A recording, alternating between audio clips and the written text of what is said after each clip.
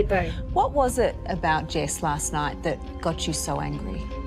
I confront her about her lip because I know she got the buttock implant, you know, but I know that for me they look like two pork sausage with the fennel, one on top of the other, you know. So I asked her that, I asked her if that was her inspiration, and she replied to me, yes. I don't recall that comment. Why would she tell you that? You guys don't even talk. Why would I make that up? I might want you to know she's a liar.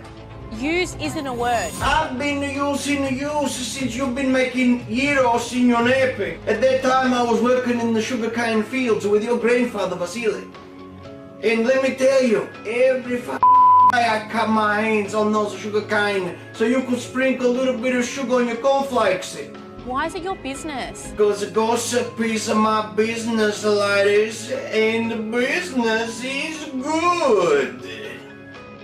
And when we went to dinner party, Jess, she said that Martha lips 10% souvlaki, 90% Lebanese cucumber.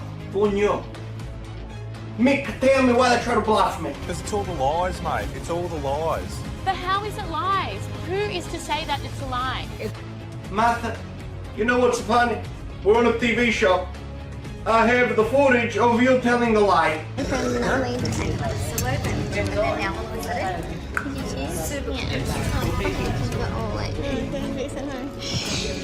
that actually.